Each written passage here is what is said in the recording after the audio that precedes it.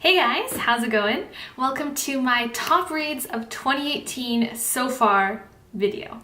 This year I signed up for Goodreads, which is essentially like a social media site for people who love to read. Thank you, Nura, for suggesting it.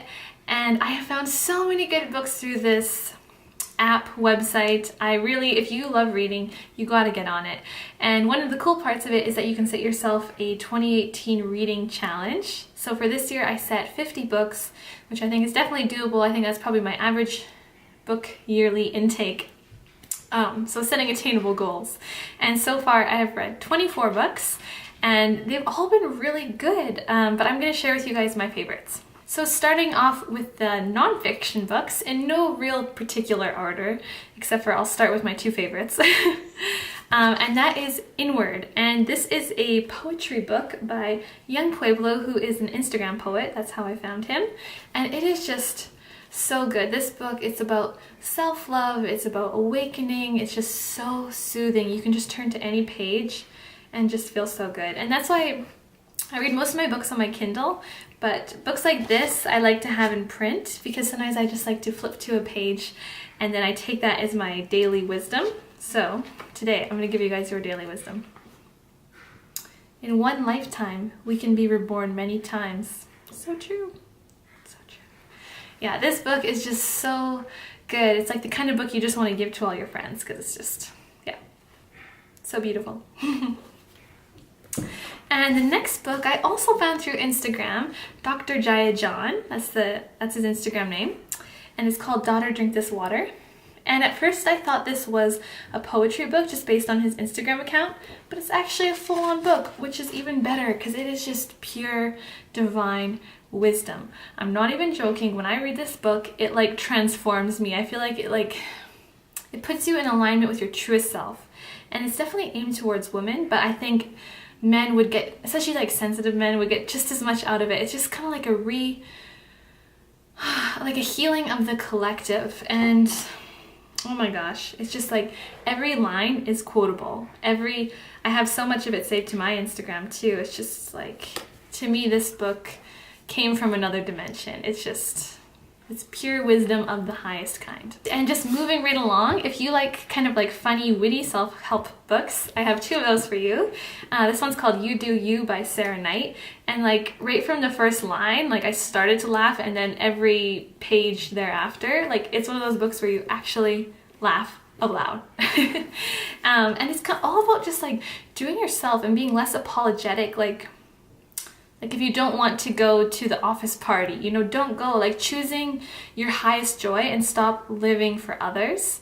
And it's kind of saying like you have a permission slip to be yourself, to live how you want to live in the world. Like as long as you're not hurting anyone else, just like go for it. You do you. It's a great book. And then another one kind of similar in that same kind of line of thought is The Subtle Art of Not Giving a Fuck by Mark Manson. And I was a little bit like skeptical to read this at first because I thought, oh, I've kind of like heard these kinds of ideas before. But my dad bought it, it was just laying around. I read it and I loved it. And it was, yeah, it's like, it's funny, it's witty, it's like spot on the mark. And so many concepts I read about in other books about mindfulness and being yourself and taking responsibility for your life, this book explains in such like funny and simple terms without all the kind of spiritual religious jargon. So this, I would say, like pretty much anyone would read it and probably get something out of it. It's a good book. Yeah. All right, and then continuing in this line of nonfiction, Osho's book called Meditations was so good. It's like the most comprehensive guide to meditation I've read so far. That's what the whole book is about. And the beginning's about more like the theory and philosophy of meditation, but then from then on it's a bunch of different meditations.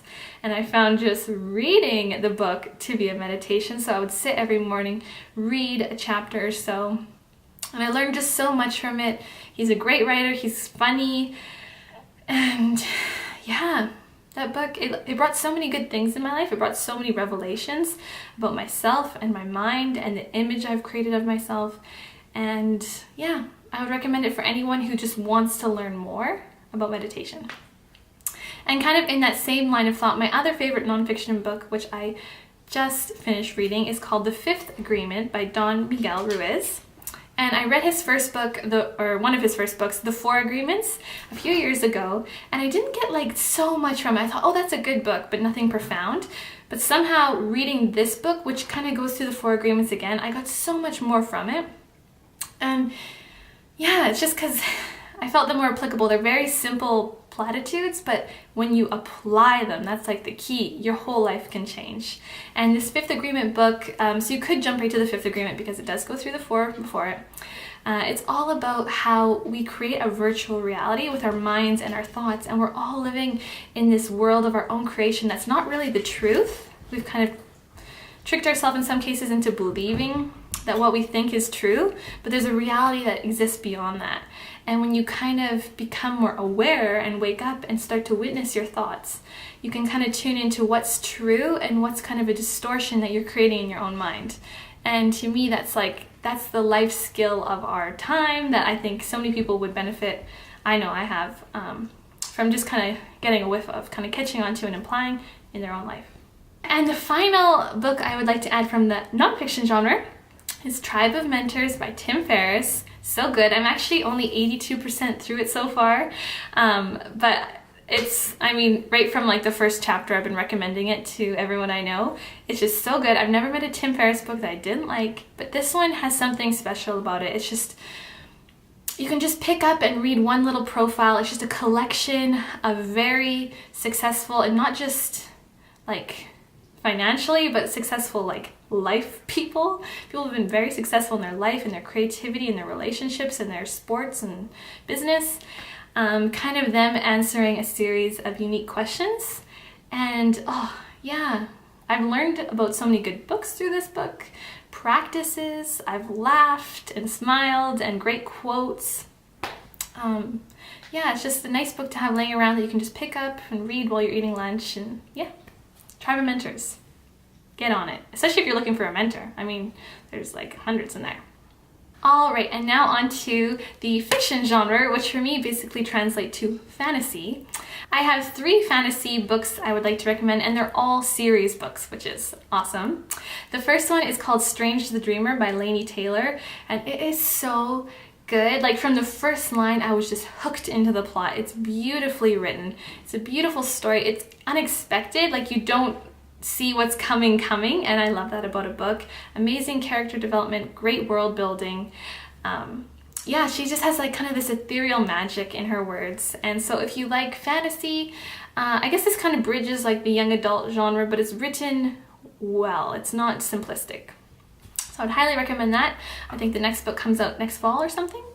And then the next series I would recommend is the Red Rising trilogy, but I think there's more than 3 books. There might even be 5 or 6 at the end of the day. I've read 4 of them, and they're so good. It's like an adventure story. It deals with many themes of like race, class, loyalty, friendship, family. Like what does it mean to be you? And oh yeah, it's so good. It kind of has in the beginning some Hunger Games-esque elements, but don't let that turn you off. I would say it's like an incredibly engaging series, the kind that you stay up late into the night reading. So if you're looking for some adventure, the Red Rising series.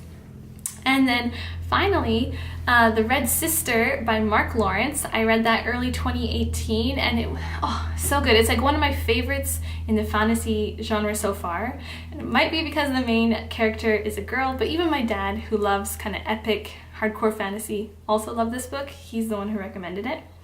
And it's so good. It's about a bunch of nuns that are assassins, and I don't even want to say more than that. It's just so good. And the new book, Grey Sister, the second one, just came out yesterday. I'm already 70% through it. It's, oh, yeah, Mark Lawrence has done magical things with these books, and you're so like rooting for the main character and all her friends, and yeah, it's just one of those epic adventure books. Same thing, you don't want to put it down. And that's my favorite kind of book. And so I think that's all of them so far. Those are my favorites at least. And so yeah, if you love reading as much as I do, I hope you check a few of them out. I don't think you'll be disappointed. And if you'd like to, I'd love it if you left your book recommendations in the comments below, because I'm always looking for a new book. Or you can create a Goodreads profile and we can become friends on there. Yeah, so happy reading, have a beautiful day, and I will see you in the next video. When I'm